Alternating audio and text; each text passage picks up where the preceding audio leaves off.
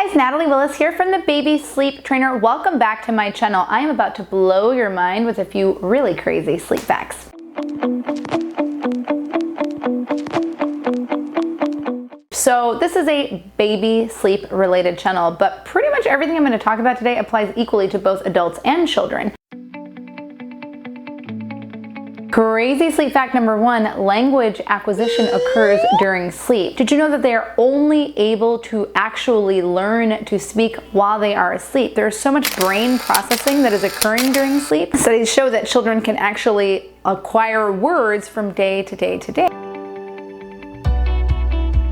Number two, that is also when memory is forming. Studies have shown that children have a greater ability to recall information that they have studied if they have had a period of sleep in between. This is also particularly important for babies and toddlers who are constantly learning new things. So if you really want them to retain information, having them get adequate sleep for both their naps and overnight sleep is super important. Sleep fact number three is that growth, both length and acquisition of all sorts of types of growth within our body, only occurs during sleep. So pretty much what your baby's number one job is in their first year of life, getting bigger and stronger and healthier, that's pretty much exclusively happening while they are asleep. So if they're not getting adequate sleep, it might be a little challenging for them to grow properly. This actually also applies to older children.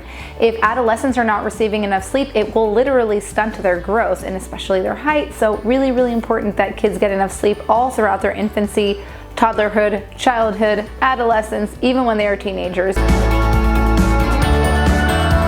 Fourth interesting sleep fact, emotional regulation requires adequate sleep. If you have just given birth to a child, or you are trying to work through some postpartum mood disorders, or you have an adolescent who is struggling to regulate their emotions, I don't have any personal experience with that with my children sometimes, or your own child is going through issues of tantruming or anxiety or frustration or whatever they might be experiencing, they are going to have a next to impossible time fully regulating their emotions. That goes for you too without adequate sleep. This is not meant to make you feel badly if you or your child are not getting enough sleep. It's just something that's important to understand because sleep is at least as important as the food that we are consuming. So we really want to be just as thoughtful around our children's sleep intake, basically how much they sleep, in the same way that we're hyper aware of what they are consuming, whether it's breast milk, formula. We usually are pretty thoughtful about the food that we're feeding our kids. We should also be equally thoughtful in terms of guarding the sleep that they need to get and making sure that they always get adequate sleep and that it really never takes a backseat to anything. If you like what you're hearing, make sure you subscribe to my channel. Don't forget to hit the little bell for notifications, and I will see you next time.